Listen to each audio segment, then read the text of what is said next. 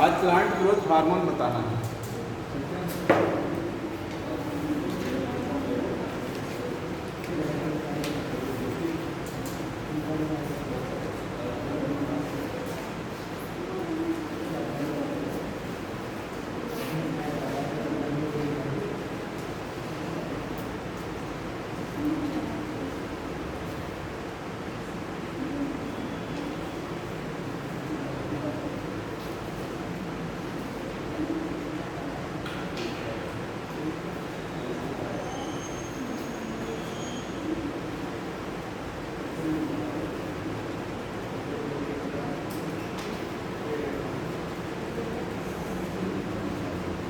देखिए next topic है plant growth hormones. Plant growth hormones को हम प्लांट ग्रोथ रेगुलेटर्स भी बोलते हैं बिकॉज दे रेगुलेट और control the growth of the plant body. Plant body की ग्रोथ को रेगुलेट कराते हैं। रेगुलेट का मतलब जानते हैं, आइदर इंक्रीज और डिक्रीज, कुछ भी हो सकता है, ठीक है। या फाइटो हार्मोन्स बोलते हैं। हार्मोन्स एंजाइम में किसी को डिफरेंस पता है? क्या डिफरेंस होता है हार्मोन्स एंजाइम में? एक आध डिफरेंस बता दीजिए।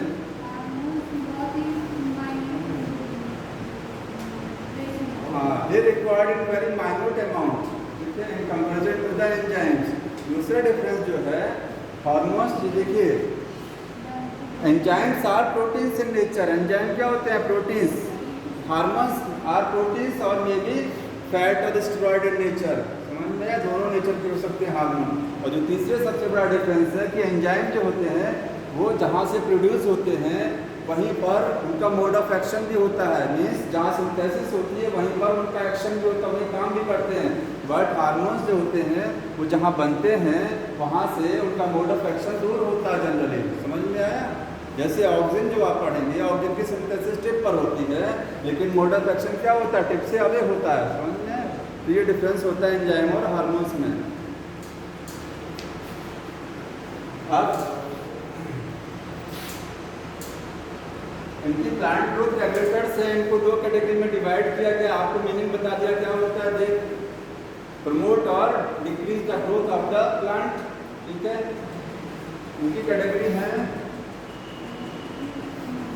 प्लांट ग्रोथ एक्टिवेटर्स और plant growth inhibitors. Plant growth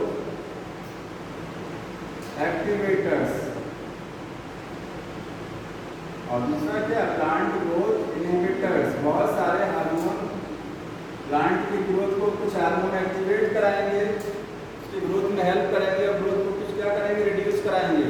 जो ग्रोथ को एक्टिवेट कराते हैं उसमें क्या है? एब्सिलिक एसिड है, ऑक्सिन हो गया, ऑक्सिन जिब्रेलिन हो गया, और साइटोकाइनिन हो गया, साइटोकाइनिन, ठीक है। और इनहिबिटर्स में क्या आएगा? एब्सिलिक एसिड आएगा और इथिलीन आएगा। इथिलीन, जितने प्लांट हार्मोन है उसमें से इथिलीन क्या है? केवल अकेला गैसेस हार्मोन होता है, ठीक। अब पढ़ना क्या है इसमें? ऑक्सीजन पढ़ना है।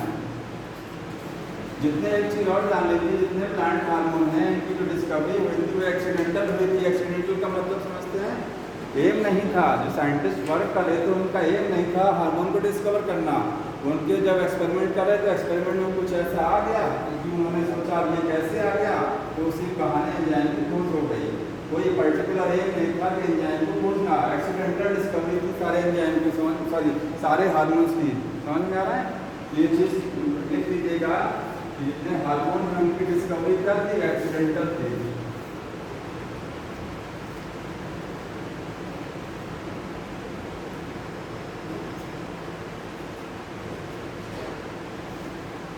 ऑक्सिन सबसे पहला प्लांट ग्रोथ हार्मोन। ये प्लांट की ग्रोथ को क्या करता है? एक्टिवेट कराता है, ठीक है। ऑक्सिन के समझते हैं पहले डिस्कवरी कैसे हुआ।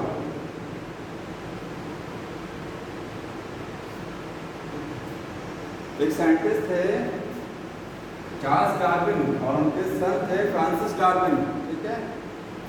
चार्ल्स डार्विन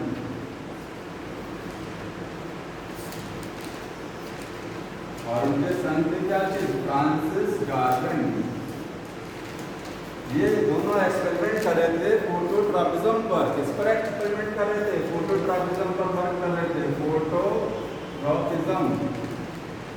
फोटोट्रॉपिज्म जानते हैं क्या होता है? लाइट की प्रेजेंस में प्लांट के पार्ट का मूवमेंट, इसको क्या बोलते हैं? फोटोट्रॉपिज्म बोलते हैं। ठीक है, तो इन्होंने यूज किया था फोटोट्रॉपिज्म के लिए, इन्होंने जो मतलब अपने वर्क कर रहे थे उसमें इन्होंने प्लांट लिया था, इन्होंने लिया था कोलियोप्टाइल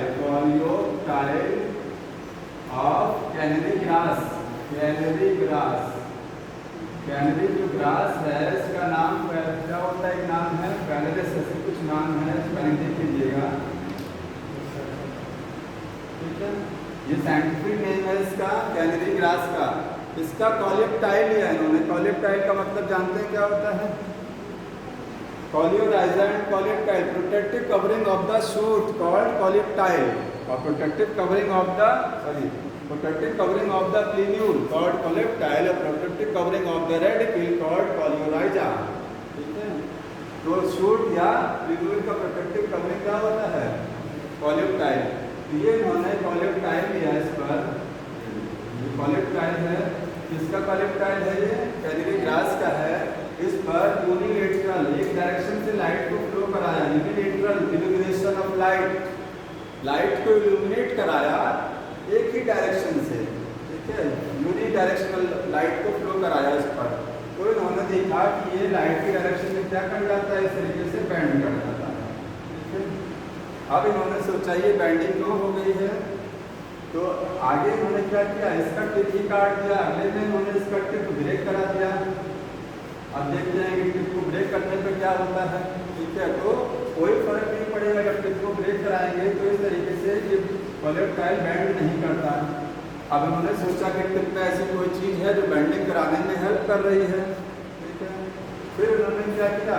टिप को काटा और फिर इन्होंने टिप को रिप्लेस करा दिया। इस पर टिप हटाया, ठीक है, और टिप को क्या किया? रिप्लेस करा दिया। इसके लिए वर्ड यूज किया था डीकैपिसेशन। डीकैपिसेशन मतलब removal of the tip of coleoptile, decapitation. ठीक है, और ये क्या है? डीकैपिसेशन है मतलब टिप को वापस लगा दिया काट करके। ठीक, तो फिर लाइट फ्लो कराया। जब टिप को हटाया तो ये बैंडिंग नहीं होगी, अभी आपको बताया बैंड नहीं करेगा, लेकिन जब टिप काट करके फिर लगाया, फिर देखा ये बैंड कर जाता है। ये क्या हो जाएगा? ये बैंड कर जाएगा उसी डायरेक्शन में। फिर से उन्होंने कहा टिप में कुछ ऐसा है। ठीक है, फिर इन्होंने क्या किया? इसने दूसरा कोलियोप्टाइल लिया इस तरीके से, ये कोलियोप्टाइल लिया। ठीक है, और इसमें देखिए अभी ऑब्जेक्ट का पता नहीं लगा। अभी जो है यहाँ पर माइका प्लेट लगा दिया। क्या लगा दिया? माइका प्लेट, और फिर लाइट फ्लो कराया। माइका प्लेट लगा दिया, आधे हिस्से में लगाया, फिर लाइट फ्लो कराया। तो फिर इन्होंने क्या देखा? ये बैंडिंग इधर हो जा रही है। ठीक है, कोई दिक्कत नहीं, बैंडिंग हो माइका प्लेट। अब इन्होंने अगले वाले में माइका प्लेट को चेंज कर दिया। देखिए ये कोलियोप्टाइल का टिप है, माइका प्लेट अपनी इधर से लगाया, समझ में, और इधर से लाइट फ्लो कराया। तब क्या होगा? अब बैंडिंग नहीं होगी, यहाँ कोई बैंडिंग नहीं होगी। टिप लगा हुआ है लेकिन बैंडिंग नहीं हो रही है। अब इसका रीजन जाने क्या है? इन्होंने बाद में बताया कि जो कुछ ऐसा तो है कि टिप में जिसकी वजह से बैंडिंग हो रहा है, क्योंकि टिप हटाने पर बैंडिंग नहीं होती है, लगाने पर टिप बैंडिंग हो जाती है। इसका मतलब टिप में कोई केमिकल बन रहा है जिसकी वजह से बैंडिंग हो रही है। ठीक है, और ये जो माइका प्लेट क्यों लगाया? क्योंकि माइका प्लेट लगाया तो उन्होंने देखा कि इधर लगाते हैं तो बैंडिंग हो जाती है और इधर लगाते हैं तो बैंडिंग नहीं होती है। इसका मतलब उन्होंने सोचा कि जब जो है लाइट इधर से आ रही है तो ये लाइट इसमें जो टिप में केमिकल बन रहा है उस केमिकल को डार्क साइड में शिफ्ट कर देती है। इस केमिकल को क्या कर देती है? केमिकल ऑब्जेक्ट था ना, वो डार्क साइड में शिफ्ट हो जाएगा। लाइट जब फ्लो कराएंगे तो केमिकल कहाँ चला जाएगा? डार्क साइड में चला जाएगा। अब डार्क साइड में चला जाएगा तो यहाँ केमिकल ज़्यादा हो गया, यहाँ ग्रोथ ज़्यादा होगा, यहाँ ग्रोथ होगा, यहाँ ग्रोथ क्या है? मिनिमाइज रहेगी। समझ में आया? तो जब ग्रोथ इधर ज़्यादा रहेगा तो बैंडिंग इधर ही तो होगा। ये एरिया ज़्यादा ग्रो करेगा। देखिए ये वाला एरिया क्या है? ज़्यादा ग्रो करेगा क्योंकि यहाँ ऑक्सीजन की कंसंट्रेशन हाई है। लाइट ने ऑक्सीजन को शिफ्ट कर दिया।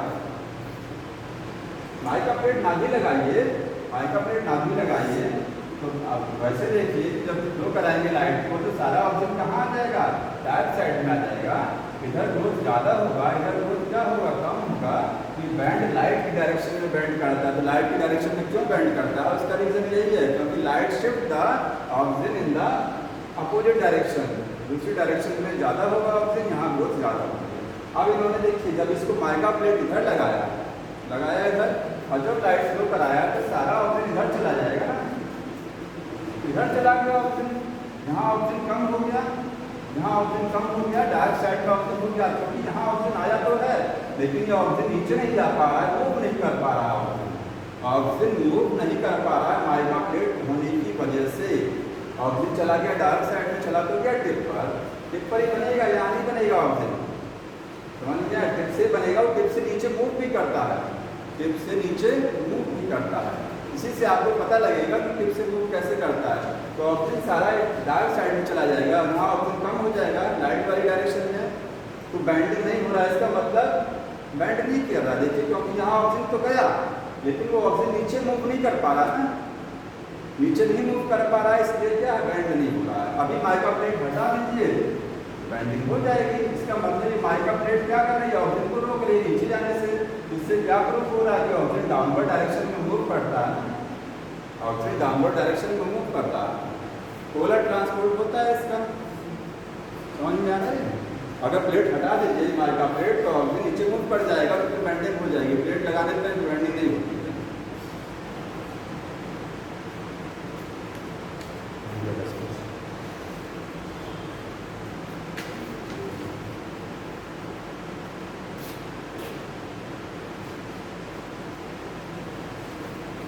तो ये जो चार्ल्स डार्विन और फ्रांसिस डार्विन थे, इन्होंने अभी इसका नाम भी दिया था, ठीक है।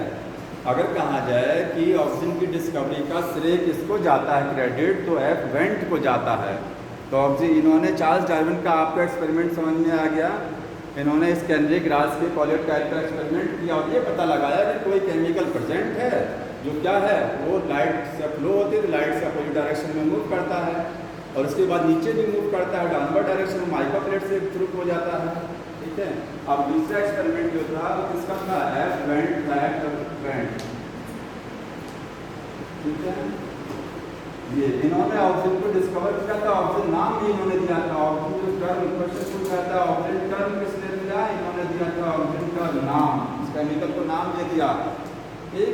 अब इन्होंने जैसे नाम भी दिया था ना, और इन्होंने कुछ वर्क भी किया था, समझ में आया, थोड़ी सुनी जाती है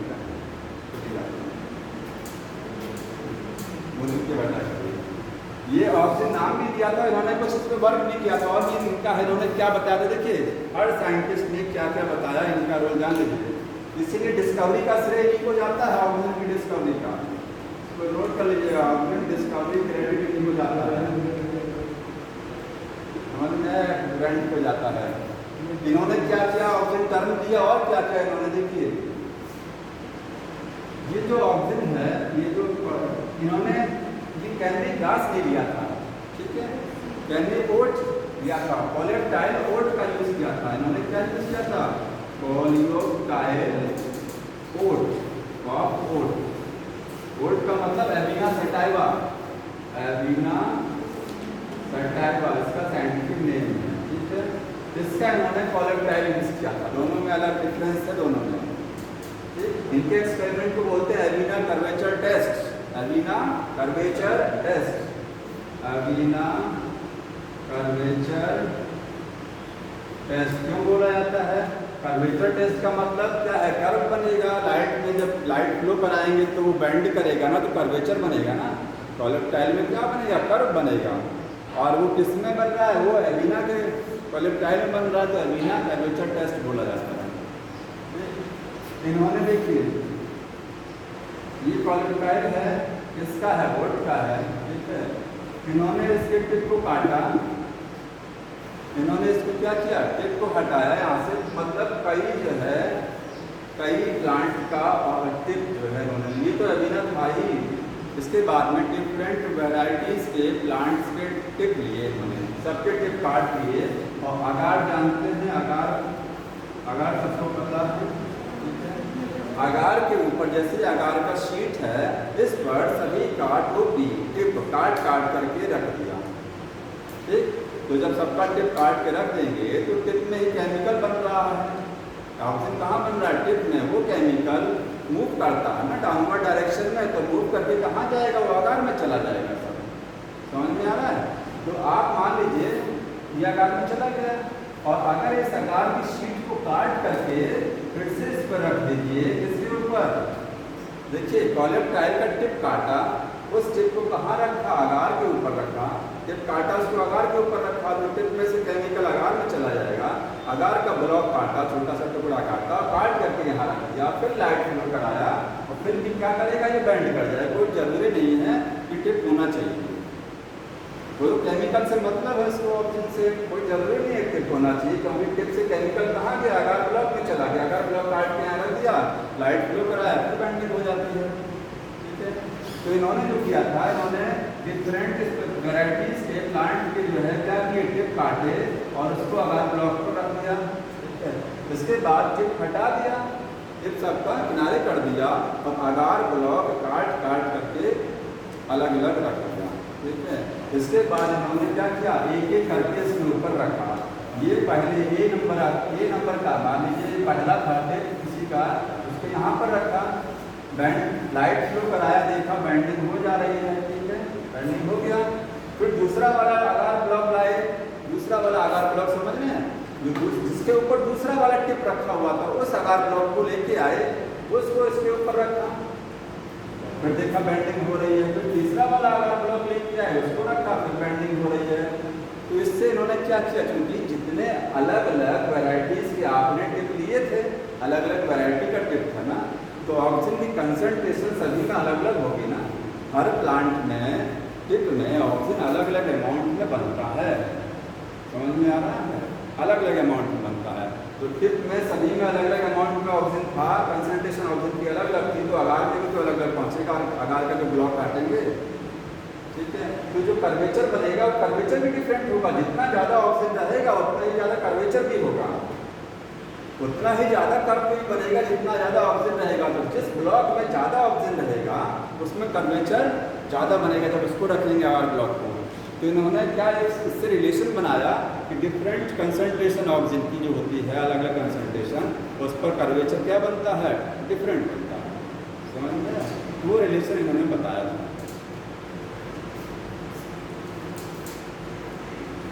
यहाँ पर ऑक्सीजन का टर्म दिया था, और डिफरेंट कंसंट्रेशन ऑफ ऑक्सीजन, क्योंकि अगार ब्लॉक में ऑक्सीजन रहेगा। रिस्पॉन्ड डिफरेंट क्या चीज?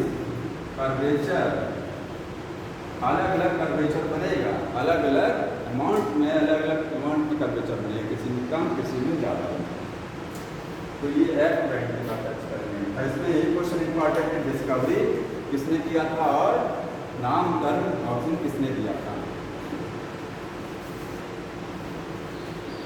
अब देखिए, ऑक्सीजन केवल प्लांट में ही नहीं होता है, ऑक्सीजन ह्यूमन से भी आइसोलेट। सबसे पहले ऑक्सीजन कहाँ से आइसोलेट किया गया था? कहाँ से? केमिकली निकाला गया था। ये तो होता है प्लांट में। ये भी क्वेश्चन आता है, ऑक्सीजन को सबसे पहले आइसोलेट कहाँ से किया गया था? आइसोलेटेड फर्स्ट, देख लीजिएगा, फ्रॉम ह्यूमन यूरिन से। ठीक है, ह्यूमन यूरिन से सबसे पहले इसको निकाला गया। अब ह्यूमन यूरिन में ऑक्सीजन कहाँ से आता है बताएंगे। इसने निकाला था कॉगल एंड स्मिथ, साइंटिस्ट थे, कॉगल एंड स्मिथ ने सबसे पहले आइसोलेट कराया था। आपको साइंटिस्ट का नाम भले ना याद हो, लेकिन ये पता होना चाहिए कि सबसे पहले आइसोलेट कहाँ से कराया गया था? ह्यूमन यूरिन से। समझ में आ रहा है? ह्यूमन यूरिन में समझ लीजिए कहाँ से ऑक्सीजन आता है। ह्यूमन यूरिन में एक चीज और, एक बहुत इंपॉर्टेंट एनसीईआरटी में लिखा गया है कि ऑक्सीजन बनाने के लिए कौन सा अमीनो एसिड चाहिए? ट्रिप्टोफैन अमीनो एसिड चाहिए। कौन सा? ट्रिप्टोफैन अमीनो एसिड चाहिए ऑक्सीजन को बनाने के लिए। अगर ट्रिप्टोफैन रहेगा तभी ऑक्सीजन बनेगा, अमीनो एसिड। समझ में आ रहा है? और किसकी प्रेजेंस में? जिंक आयन की प्रेजेंस में, Zn++ की प्रेजेंस में ऑक्सीजन बनता है। ट्रिप्टोफैन अमीनो एसिड से इंपॉर्टेंट बहुत ज़्यादा है, बुक में लिखा गया है। ठीक है, अब ट्रिप्टोफैन बॉडी में कहाँ से आएगा, ऑक्सीजन बॉडी में कैसे बनता है, ह्यूमन की यूरिन में कैसे आ जाता है, तो ट्रिप्टोफैन जरूरी है बनाने के लिए। तो ट्रिप्टोफैन ह्यूमन की बॉडी में अमीनो एसिड होता है, ट्रिप्टोफैन ह्यूमन की बॉडी में मिलेगा आपको अमीनो एसिड, कहीं से बनेगा, समझ में आया। और ये ट्रिप्टोफैन से क्या बनेगा, बन जाएगा ऑक्सीजन नहीं बनेगा, और यूरिन में ये रिलीज हो जाएगा, समझ में आया। लेकिन ह्यूमन में ऑक्सीजन का कोई रोल नहीं है, बनता तो है लेकिन ह्यूमन में इसका कोई रोल होता नहीं। और कहाँ से बनता है, हम लोग जो हर्ब्स खाते हैं, क्योंकि हर्ब खाएंगे तो हर्ब में अगर स्टेम का टिप भी खा ले रहे हैं तो टिप में क्या ऑक्सीजन है, हमारी बॉडी में ऑक्सीजन जाएगा, ऑक्सीजन वो कहीं यूज तो होगा नहीं, तो यूरिन में चला जाएगा ऑक्सीजन। तो ह्यूमन के यूरिन में ऑक्सीजन दूसरी तरीके से कैसे आता है, जब वो हर्ब्स खाते हैं, फ्रॉम हर्ब्स से। तो यहाँ लिखिएगा फ्रॉम हर्ब्स से, ठीक है। जब स्टेम का टिप जाएगा तो हर्ब से होगा यहाँ पर। लेकिन ह्यूमन में क्या है, कोई यूज नहीं है, no use in human, human में इसका कोई प्रयोग नहीं है।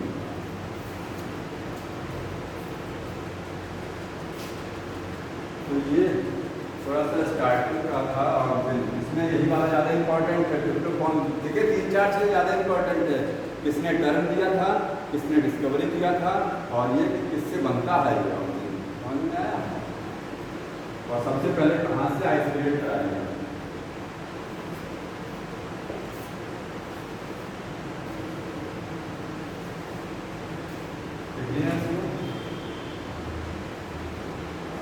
आप जो बुक में लिखा हुआ है कि टाइप्स ऑफ द ऑक्सीजन कितने होते हैं, टाइप्स ऑफ ऑक्सीजन, ऑक्सीजन लिखा है, देखिए ऑक्सीजन नहीं लिखा है, उसमें ऑक्सीजन लिखा हुआ है, ऑक्सीजन होता है क्योंकि ऑक्सीजन के कई टाइप होते हैं।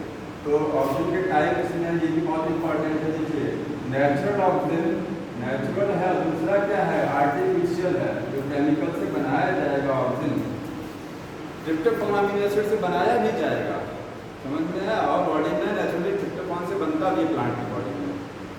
नेचुरल आर्टिफिशियल, नेचुरल में इंडोल एसिटिक एसिड है IAA और IBA, इसका फुल फॉर्म में लिखा है indole acetic acid and indole butyric acid. तो जो एक चीज़ और क्वेश्चन आ सकता है कि ऑक्सीजन आर केमिकली क्या होते हैं, तो ये आर इंडोल कंपाउंड्स क्या होते हैं, इंडोल्स होते हैं, समझ में आया। क्योंकि हर जगह देखिए इंडोल यूज हो रहा लगभग। और आर्टिफिशियल में सारा बचा हुआ, कितना बचा रहेगा, बचा कौन सा 2,4-D और 2,4,5-T, 2,4-डाइक्लोरोफिनॉक्सीएसिटिक एसिड और 2,4,5-ट्राइक्लोरोफिनॉक्सीएसिटिक एसिड पूरा नाम होता है इसका, ठीक है। लिख के जाएंगे 2,4-डाइक्लोरोफिनॉक्सीएसिटिक एसिड, और ये है 2,4,5-ट्राइक्लोरोफिनॉक्सीएसिटिक एसिड, समझिए। आगे देखिए phenyl mercuric acid PMA, phenyl mercuric acid, ये क्या है phenyl mercuric acid, mercuric acid. IPA indole propionic acid, indole propionic acid, और भी नाम है।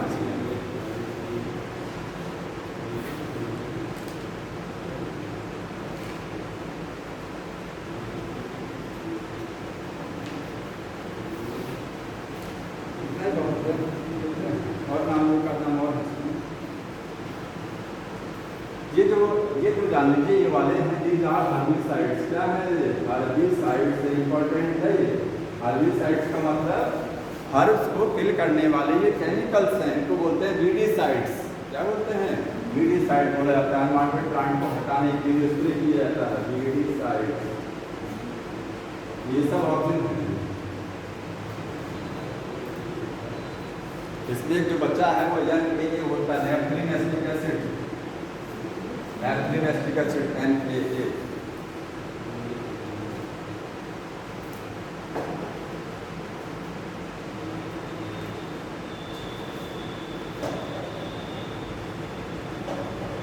ये वाला भी हेर्बिसाइड है, ये हमें याद आ रहा है। एंटी ट्रांसपेरेंट, ट्रांसपरेशन को रोकने के लिए जो केमिकल यूज किया जाता है एंटी ट्रांसपेरेंट है। क्या है ये एंटी ट्रांसपेरेंट? पानी है।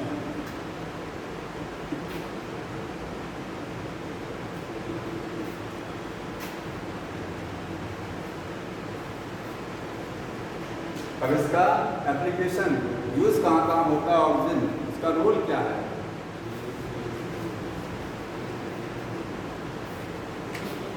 फंक्शंस ऑफ ऑक्सीजन,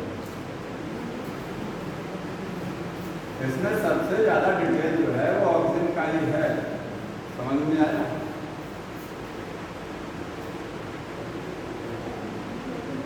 पहला फंक्शन जो सबसे ज्यादा इंपॉर्टेंट है वो है एपिकल डोमिनेंस। एपिकल डोमिनेंस क्या होता है? एपिकल डोमिनेंस, देखिए एपिकल डोमिनेंस का मतलब एपेक्स जो है वो डोमिनेट करेगा। ठीक है, जैसे मान लीजिए ये प्लांट है, ये इसमें लीफ लगा हुआ है इस तरीके से, और ये इसमें साइड ब्रांच है, इसमें ये साइड ब्रांच हो गया, ये प्लांट हो गया, इसकी क्या हो गया? साइड ब्रांचिंग हो गई। जब तक ये चूंकि एपेक्स पर ही बनता है ऑक्सीजन, कहाँ बनता है? एपेक्स पर। ठीक है, तो जब तक आप एपेक्स को नहीं काटेंगे तब तक ये प्लांट की हाइट बढ़ती चली जाएगी। इसलिए कहा जाता है ना कि प्लांट को घना बनाना है तो क्या है, टॉप ऊपर से जो है काट दो, प्लांट खुशी हो जाएगा। प्लांट को जब ऊपर से काटेंगे तो ये जो साइड ब्रांच हैं इनकी ग्रोथ क्या हो जाएगी? बढ़ जाएगी। एपेक्स तब डोमिनेट नहीं रह जाएगा। आपने टॉप हटा दिया तो एपिकल डोमिनेंस खत्म हो गया। फिर समझ में आ रहा है? इसका एपिकल डोमिनेंस खत्म हुआ। किसका? इसका, इस वाले स्टेम में जो टॉप है, इस वाले मेन स्टेम का खत्म हो गया है। लेकिन जो साइड ब्रांचेस हैं ये भी तो स्टेम है, इनकी ग्रोथ क्या हो जाता है? तत्काल बढ़ जाएगा। जैसे एपेक्स हटाएंगे इनका ग्रोथ बढ़ जाएगा। जब तक एपेक्स लगा रहेगा मेन स्टेम पर तब तक साइड ब्रांच की ग्रोथ सप्रेस रहती है। क्या रहती है? सप्रेस। साइड ब्रांच कम ग्रो करेंगे। यही एपिकल डोमिनेंस में बताया जाता है कि जब तक एपेक्स लगा रहेगा तब तक लेटरल ब्रांच की ग्रोथ क्या हो जाएगी? रिड्यूस रहेगी।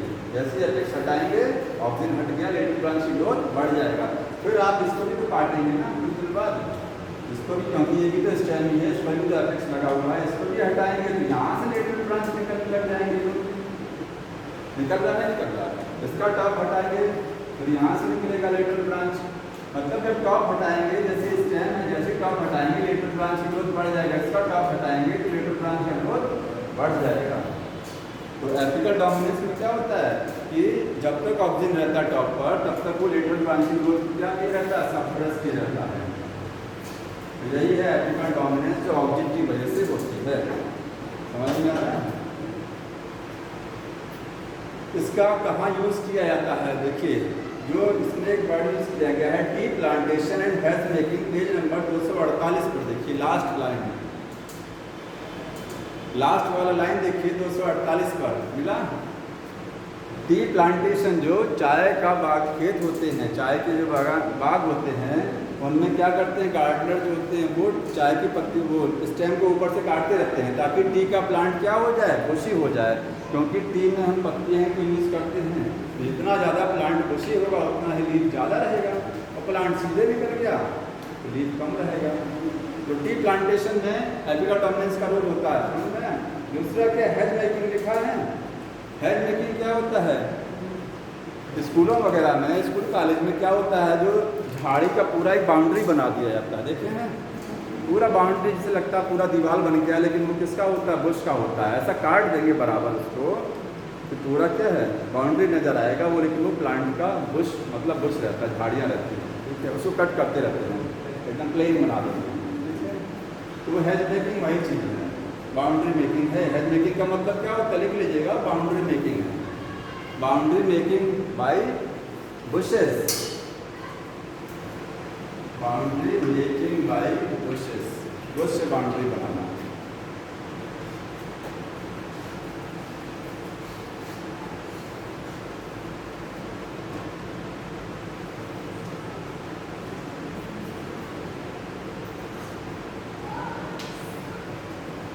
तो एक फंक्शन हो गया ये।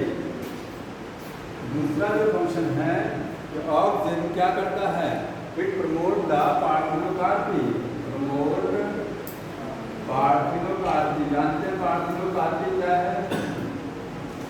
सीडलेस फ्रूट का फॉर्मेशन होना, उसको क्या बोलते हैं? पार्थिनोकार्पी। पार्थिनोकार्पी नेचुरल भी होता है, अपने आप होता है। बनाना में पार्थिनोकार्पी अपने आप होता है ग्रेप्स में क्या है? अपने आप होता है। लेकिन आर्टिफिशियली भी कुछ प्लांट में कराया गया है, सारे में नहीं करा सकते हैं कि हर प्लांट में सीडलेस फ्रूट बना देते हैं, समझ में आया? तो टोमेटो में पार्थिनोकार्पी टोमेटो में कराया गया है। टोमेटो में ऑक्सीजन का स्प्रे करा करके, अब कहाँ स्प्रे कराएंगे? जो ओवरी होता है, जो टोमेटो का ओवरी रहेगा, फ्लावर में गार्निशिंग का लास्ट पार्ट क्या होता है? ओवरी होता है। तो ओवरी पर ऑक्सीजन का स्प्रे कर देंगे तो उसमें सीडलेस बनेगा टोमेटो, सीड नहीं रहेगा, समझ में आया? टोमेटो में तो सीड आता है, मार्केट में आता है, लेकिन सीडलेस टोमेटो इससे बनाया गया ऑक्सीजन के स्प्रे से।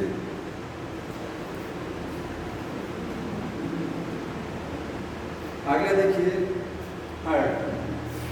Oxygen also used as the herbicide. इसको हर्बिसाइड की फॉर्म में भी यूज किया जाता है। अभी आपको पता है 2,4-D और 2,4,5-T क्या है? सिंथेटिक ऑक्सीजन है, जिसको हर्बिसाइड की फॉर्म में यूज करेंगे। अब कहाँ इसको यूज किया गया है? इसे हर्बिसाइड की फॉर्म में यूज किया था। जो हर्बिसाइड स्प्रे किया था वो ऑक्सीजन ही होता है, समझ में? इसको world war, second world war में यूज किया गया था। सेकेंड वर्ल्ड वार, ठीक है। यूएसए और वियतनाम का जब वॉर हुआ था, देखिएगा यूएसए का वॉर किससे हुआ था? वियतनाम से। तो वियतनाम को खत्म करने के लिए यूएसए ने क्या किया था? ऑक्सीजन यूज किया था, सिंथेटिक वाला, और इसको बायो वेपन की फॉर्म में यूज किया था। बायो वेपन जानते हैं क्या होता है? बताइए। बायो वेपन एक वर्ड है, बहुत खतरनाक हथियार होता है। जो चाइना ने कोरोना बनाया था वो बायो वेपन ही तो है, नहीं? चाइना से शुरू हुआ था ना। तो वर्ल्ड वार, जैसे ये बायो वेपन का मतलब होता है कि जैविक हथियार। एक हथियार तो होता है गोली वाला, गन वगैरह, बम, ये क्या जैविक हथियार है। वायरस को भी यूज़ किया, जो कोरोना वायरस है, वायरस है, बैक्टीरिया को भी यूज़ किया जाता है। बैक्टीरिया को यूज़ किया जाता है किसमें? बायो वेपन की फॉर्म। एंथ्रेक्स, नाम सुना है एंथ्रेक्स बैक्टीरिया का? सांस से रिलेटेड प्रॉब्लम क्रिएट कर देता है। तो एंथ्रेक्स बैक्टीरिया बायो वेपन की फॉर्म में यूज़ किया जाता है। किसी भी खाने में मिला दीजिए जाकर, पूरा क्या है हमारे बैक्टीरिया, वायरस। और ये क्या है? ये प्लांट है, प्लांट का सॉरी केमिकल है ऑक्सीजन, समझ में आ रहा है? हर्बिसाइड की फॉर्म में यूज़ किया है, बायो वेपन की फॉर्म में। मतलब इसको हर्ब्स को मारने के लिए यूज़ किया जा रहा है। इसको मारने के लिए हर्ब्स को। तो कैसे यूएसए ने वियतनाम को कैसे क्या किया था जानते हैं? इसमें क्या है? यूएसए ने वियतनाम के जो जंगल हैं, फॉरेस्ट हैं, उस पर ऑक्सीजन का स्प्रे कराया अच्छा से, ठीक है। तो जितने जो एनिमीज़ हैं उनकी जो मतलब मिलिट्री थी, किसकी? वियतनाम की जो मिलिट्री थी जंगल में छुपा हुआ था, उसको हटाने के लिए इन्होंने फॉरेस्ट जंगलों के ऊपर ऑक्सीजन का स्प्रे करा दिया यूएसए ने। जो स्प्रे करा दिया तो प्लांट जो है वो धीरे धीरे क्या होने लगेंगे? मरने लगेंगे ना, सूखने लगेंगे। और जो जितने भी जो है मिलिट्री फोर्स उनके एनिमीज़ हैं वो सब दिखाई देने लग जाएंगे, कहाँ बैठे हैं सबके सब। जब जंगल ही नहीं रहेगा तो दिख जाएंगे ना कहाँ बैठे हैं। तो एनिमीज़ को एक्सपोज करने के लिए इस तरीके से उन्होंने यूज़ किया था इसको।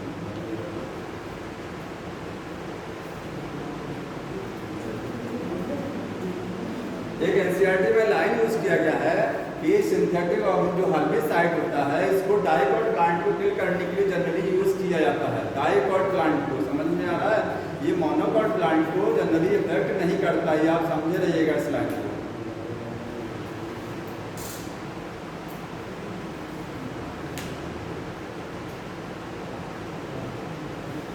एक चीज और देखिए, चौथा केस इसमें कि auxin helps in the cell division, ठीक है, सेल इलॉन्गेशन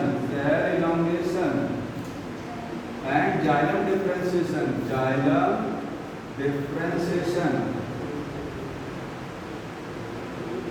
क्या है जानते हैं कर्म? जैसे प्लांट की हाइट बढ़ती कैसे है? ऑक्सीजन से प्लांट की हाइट इंक्रीज होती है। तो कैसे इंक्रीज होता है? ऑक्सीजन टिप पर बनाइए, टिप से डाउनवर्ड डायरेक्शन में मूव किया, पूरे सेल में फ्लो कर जाएगा ऑक्सीजन। और ऑक्सीजन क्या करेगा? सेल डिवीजन को प्रमोट कराएगा, सेल इलॉन्गेशन को प्रमोट कराएगा, तो जब सेल डिवाइड करेगा और एलोंगेट करेगा तो हाइट तो बढ़ ही जाएगा। समझ में आ रहा है? तो हाइट इस तरीके से बढ़ती है, सेल डिवीजन सेल एलोंगेशन से। अब एक चीज़ और, अगर क्वेश्चन पूछा जाता है कि ऑक्सिन है, साइटोकाइनिन है और एब्सिसिक एसिड है और जिब्रेलिन है, ठीक है, इसमें से कौन सा हार्मोन सेल डिवीजन को प्रमोट कराता है? तो आप तो इसमें लिखा हुआ है, तब आंसर देंगे साइटोकाइनिन। मेनली साइटोकाइनिन है, मेन है साइटोकाइनिन, और जिनका मेजर रोल नहीं होता है। समझ में आ रहा है? साइटोकाइनिन सेल डिवीजन को प्रमोट कराता है। कोकोनट का जो वाटर है उसमें अच्छा खासा साइटोकाइनिन होता है, इसलिए कोकोनट का वाटर पीना चाहिए, क्योंकि सेल डिवीजन प्रमोट होता है उससे। तो इसमें याद रखिएगा साइटोकाइनिन की आंसर सही होगा, भले यहाँ लिखा हुआ है, इसका मेन रोल यहाँ पर नहीं है। सेल एलोंगेशन समझ में आ गया है? आगे जाइलम डिफरेंशिएशन का मतलब क्या होता है? जाइलम में जो 4 सेल बनती हैं, कौन सा? रैकेट्स हो गया और वेसल्स हो गया, जाइलम पैरेन्काइमा और जाइलम फाइबर्स। तो जाइलम में डिफरेंशिएशन का मतलब जाइलम में 4 सेल बना देना, ये ऑक्सिन बनाता है। समझ में आ रहा है? ये लाइन इंपॉर्टेंट है, इसको टिक कर लीजिएगा। तो ये तीनों एक साथ ऐसे आ जाएगा क्वेश्चन में कि cell division cell elongation xylem differentiation occurs by, किससे होता है?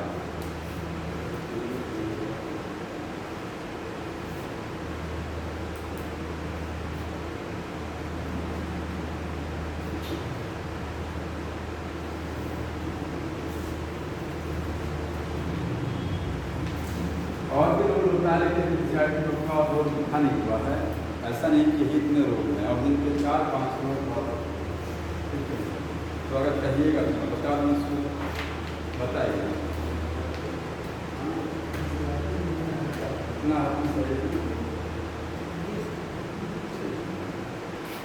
आगे आइए जिब्रेलिन पर।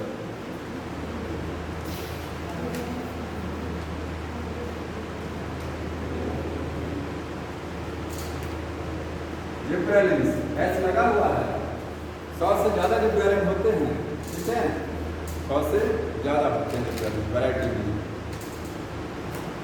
जिब्रेलिन का जो कैसे डिस्कवरी हुआ, देखिए इसका डिस्कवरी भी एक्सीडेंटल कैसे हुआ, ध्यान सुन लीजिए। जापान, जो जापान के जो फार्मर्स थे, किसान, वो खेत में काम कर रहे थे, ठीक है, जापानीज फार्मर्स, उन्होंने खेत में, किसका खेत था, फील्ड था, वो धान का, चावल का था, राइस का था, ठीक है, तो राइस का फील्ड था। उस फील्ड में उन्होंने कुछ पौधे ऐसे देखे जो काफ़ी लंबे थे, बाकी प्लांट से काफ़ी लंबे प्लांट थे, ठीक है, तो उन प्लांट को बोलते हैं एक्सेसिव लॉन्ग प्लांट दिखाई दिए।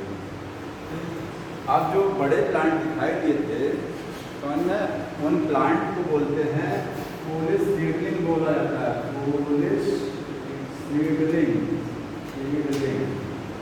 मतलब सीडलिंग का मतलब जानते हैं क्या होता है? एक होता है सीड और एक होता है सीडलिंग और एक है प्लांट। सीडलिंग मतलब छोटा प्लांट, जब किसी सीड को बोते हैं फील्ड में तो उससे छोटा सा प्लांट बनता है, उसी को बोलते हैं सीडलिंग। समझ में आया? राइस की जो खेती होती है तो क्या होता है, राइस एक बार बो दिया जाता है, उसके बाद उखाड़ करके उसका फिर से प्लांटेशन कराया जाता है ना, तो जो एक बार बोया जाएगा, जब छोटा छोटा पौधा हो जाएगा तो वही सीडलिंग से प्लांट पूरा बनेगा। तो पूरे सीडलिंग का मतलब जो बड़े बड़े प्लांट बने हुए थे, राइस के जो बड़े प्लांट बने थे, वो किससे बने थे? वो उनको पोलिश सीडलिंग, मतलब वो पोलिश सीडलिंग थे, उनको पोलिश सीडलिंग से बने थे। अब क्या होता है देखिए, पोलिश को बोलते हैं, जानते हैं, प्लांट तो बहुत बड़ा है, जो कहीं कहीं राइस के फील्ड में जो कहीं कहीं बड़े बड़े प्लांट थे, वो प्लांट ऐसे थे कि हाइट में तो बड़े थे लेकिन उसमें सीड नहीं बनता था। अब कहते नहीं कि बड़ा तो है लेकिन किसी काम लायक नहीं, ठीक है, वो सीड ही नहीं बन रहा तो मूर्ख हो गया ना वो सीडलिंग कैसा हो गया? वो जो सीडलिंग था जिसको हमने लगाया था वो मूर्ख सीडलिंग था, क्योंकि वो बड़ा तो हो गया है लेकिन सीड नहीं बना, इसलिए बोलते हैं पोलिश सीडलिंग। समझ में? तो राइस में कौन सा बीमारी हुआ था? पोलिश सीडलिंग डिजीज लिखा गया होगा उसमें, देखिए पोलिश सीडलिंग डिजीज राइस के प्लांट में जापान के फार्मर्स ने देखा, पूरा था वो पोलिश सीडलिंग डिजीज। इस बीमारी में क्या होता है, इसमें जो राइस के प्लांट काफ़ी लॉन्ग हो जाते हैं, राइस प्लांट जो है हाइट क्या हो जाती है, वेरी हाई होती है, बहुत हाई होती है, but seed do not produce, seed not produce, seed नहीं बना पाते। तो जब उसका टेस्ट किया गया कि इतने लंबे क्यों हो गए, तो बाद में पता लगा वो फंगस से अफेक्टेड थे। वो प्लांट किससे अफेक्टेड थे जो बड़े बड़े हो गए थे, एक फंगस से वो परेशान थे। फंगस का नाम क्या था, जिब्रेला फ्यूजिकोरियाई, जिब्रेला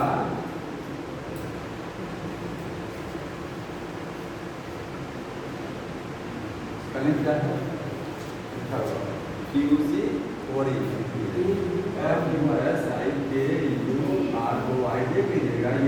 जो भी होगा, जिब्रेला फ्यूजिकोरी, ठीक है, ये फंगस से अफेक्टेड थे। क्या था, ये फंगस था, इससे इसका इन्फेक्शन हुआ था उन प्लांट्स में, इसलिए वो बड़े हो गए थे। समझ में आया? इसी का एक दूसरा नाम जान लीजिए, इसका फंगस का दूसरा नाम है फ्यूजेरियम, फ्यूजेरियम मोनेलिफॉर्मी, मोनेलिफॉर्म। समझ में आया? इसको लिख लीजिएगा, इसका दूसरा नाम फंगस का, इसमें भी फ्यूजेरियम लगा है ना, नाम इसका नोट कर लीजिए। तो जो प्लांट थे, उन प्लांट्स को जब टेस्ट किया तो पता लगा कि फंगस से अफेक्टेड थे। तो इसी फंगस ने एक कुछ केमिकल बनाया होगा, ठीक, और उस केमिकल से वो प्लांट क्या हो गए, बड़े हो गए सबके सब। और केमिकल बाद में पता लगा क्या था, वो जिब्रेलिक एसिड था, जिब्रेलिन था।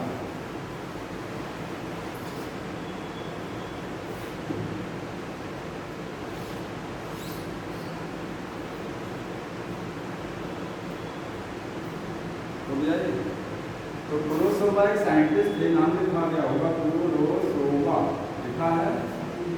इन्होंने क्या किया था, इन्होंने यही डिस्कवर किया था कि वो कौन सा फंगस से अफेक्टेड थे। समझ में आया? डिस्कवरी जो है ये फंगस की या जिब्रेलिक की डिस्कवरी किसकी थी, प्रोसोवा ने किया था। ये सब टेस्ट किया था, पता लगाया था। नाम जो दिया था जिब्रेलिन, वो दूसरे साइंटिस्ट ने दिया था, ठीक है, टर्म जिब्रेलिन, जिब्रेलिन, जानता है स्मृति।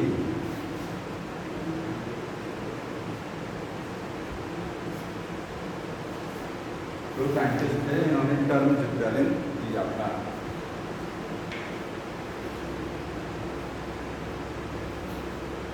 अब जिब्रेलिक एसिड कितने होते हैं, 100 से ज़्यादा, मोर देन 100 टाइप्स, 100 से ज़्यादा टाइप है जिब्रेलिक एसिड के। समझ में आया?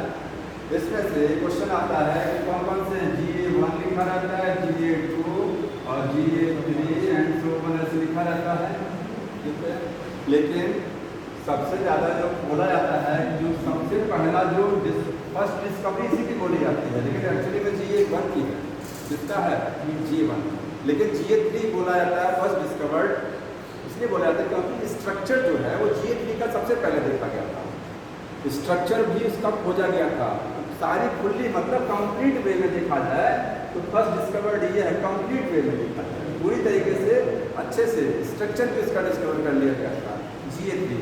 तो सबसे ज़्यादा जो कहेंगे फंडामेंटल या मोस्ट कॉमन जो जिब्रेलिक एसिड कौन सा होता है, GA3 है। समझ में आया? जिसको सबका बेस मानते हैं, जितने जिब्रेलिक एसिड है सबका बेस GA3 होगा। ये सबको रिप्रेजेंट करता है, लिख लीजिएगा, ये रिप्रेजेंटेटिव है सभी का, रिप्रेजेंट ऑल जिब्रेलिक एसिड, जितने भी जिब्रेलिक एसिड है सबको रिप्रेजेंट करता है। रिप्रेजेंटेटिव जानते हैं कौन होता है, बास में ये था, वो पूरी पॉपुलेशन को रिप्रेजेंट करता है, होता है ना। तो इसलिए ये जहाँ भी नाम आएगा कौन सा है तो सीधे GA3 नाम लिखा जाएगा हर चीज़ के लिए। फर्स्ट डिस्कवरी इसलिए बोली जाती है। अब केमिकली जिब्रेलिन्स क्या होते हैं, वो तो इंडोर कंपाउंड्स थे, ये क्या होते हैं, लिखिएगा केमिकली, लिख लीजिए chemically they are terpenes, terpenes chemistry में टर्पेंस। समझ में आया? तो केमिकली क्या होते हैं? टर्पेंस होते हैं।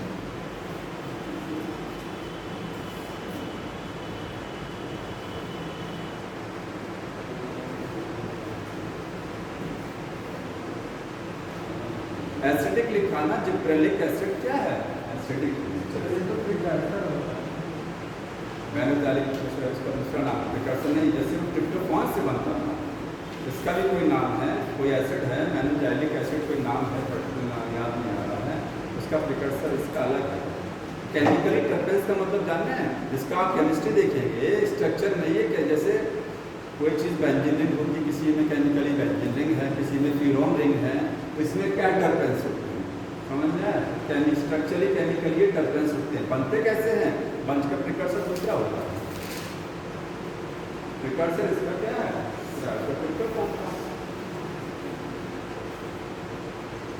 समझ में आ रहा है? प्रिकर्सर नहीं है।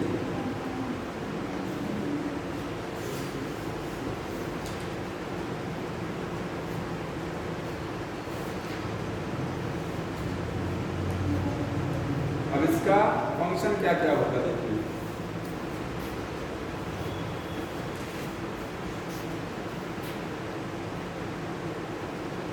ज़्यादा फंक्शन पढ़ने से दिक्कत क्या आएगी थोड़ी सी, ये सब कंफ्यूज होने लगता है ना, ये एक का फंक्शन दूसरे में मैच नहीं कर जाएगा।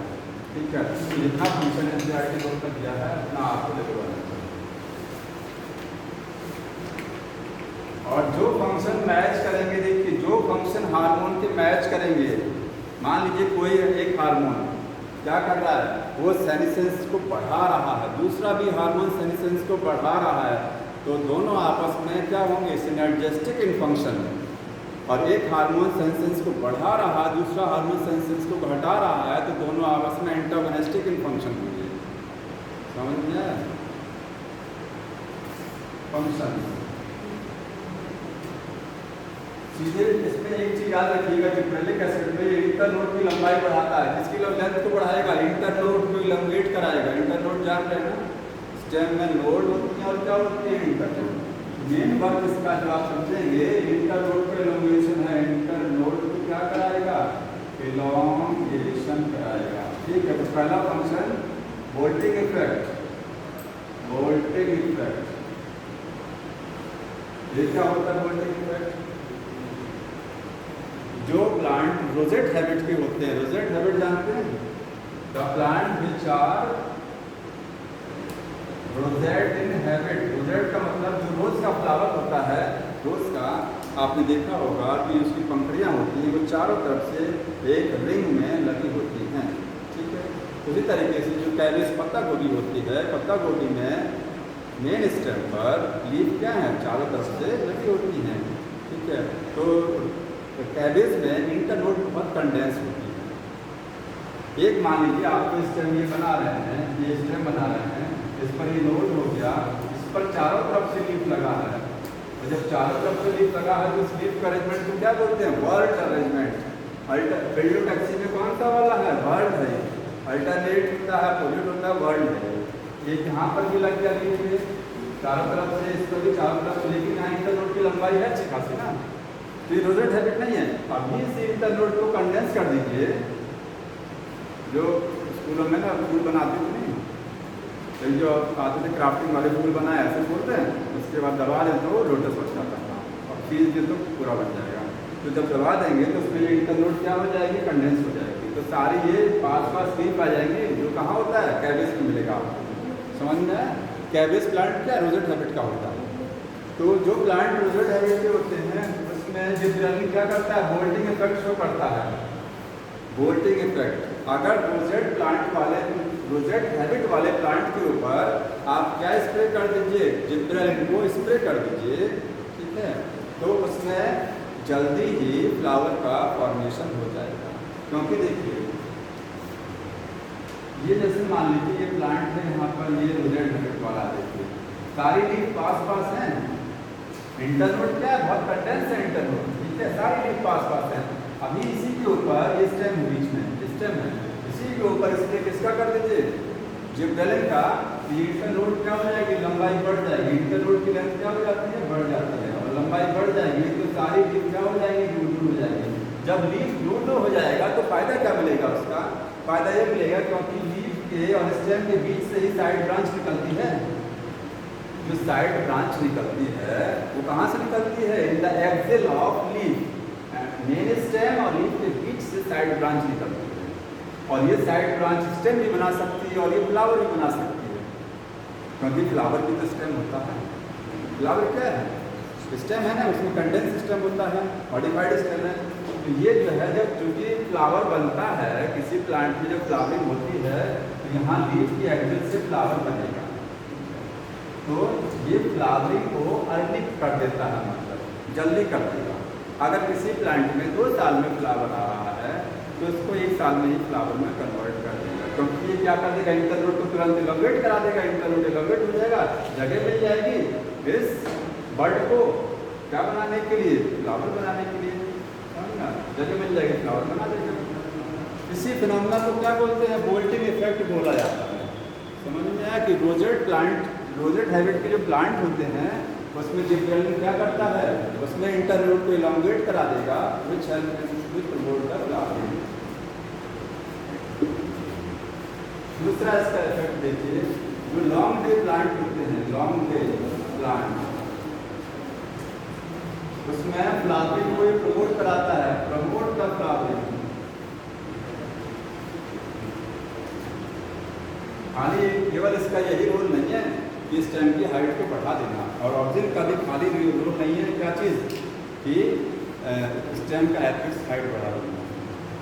ऑक्सीजन का और भी रोल जो मैंने नहीं बताया था, पाइन एप्पल में फ्लावरिंग को प्रमोट कराता है ऑक्सीजन, उसका रोल बचाता है। ऐसे जिब्रेलिन क्या है, फ्लावरिंग को प्रमोट कराता है, किसमें, लॉन्ग डे प्लांट में। समझ में, देखिए लॉन्ग डे प्लांट जो होते हैं उसको क्या चाहिए, दिन ज़्यादा चाहिए ना, ये तो पता होगा ना, और रात छोटी चाहिए। तो मान लीजिए अगर लॉन्ग डे प्लांट को उसको सर्दी में ग्रो कराना है तो ग्रो करेगा नहीं ग्रो करेगा, क्योंकि दिन तो छोटा हो जाता है। तो किसी लॉन्ग डे प्लांट को अगर ठंडक में ग्रो कराना है तो इस पर जिब्रेलिन का स्प्रे कर देंगे, तो वो क्या करेगा, वो विंटर में मतलब शॉर्ट डे में इनको फ्लावरिंग करा देगा। समझ में, शॉर्ट डे में लॉन्ग डे प्लांट जो है promote flowering in short day period, in short day period में भी फ्लावरिंग को प्रमोट करा देता है। शॉर्ट डे में, ठंडक में भी जो है फ्लावरिंग को प्रमोट करा देगा। समझा। तीसरा नंबर जो बुक में शायद लिखा गया होगा, ये सब्स्टिट्यूट है, substitute of vernalization. Vernalization, vernalization जानते हैं क्या होता है, इसी में लास्ट है वर्नलाइजेशन।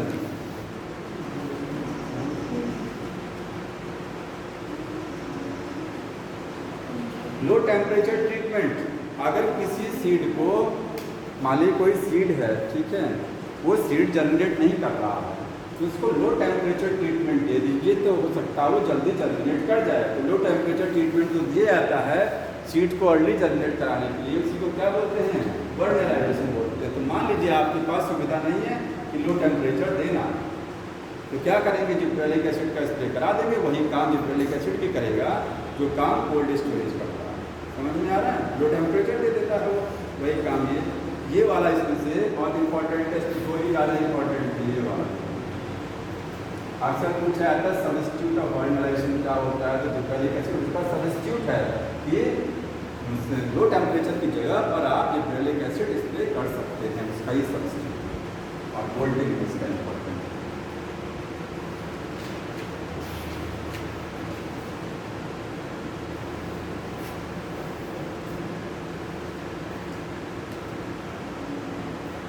दो चीज़ और बता देते, देखिए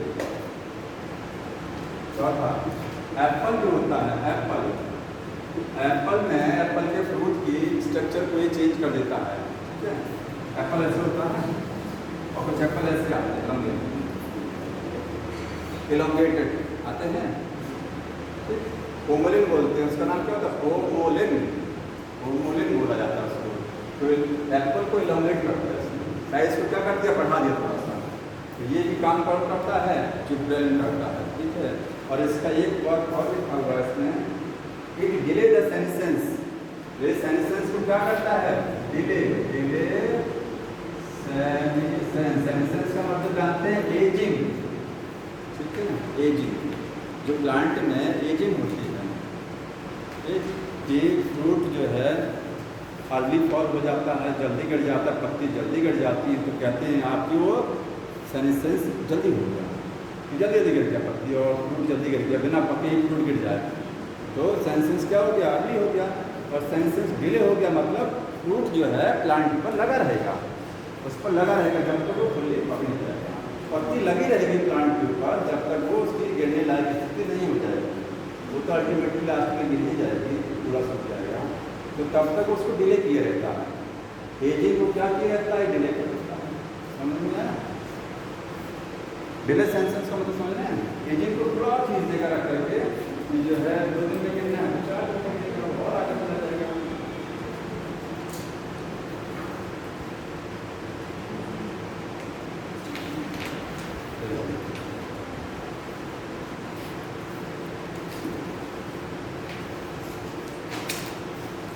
क्या हुआ है, पहली बार खत्म हो जाएगा।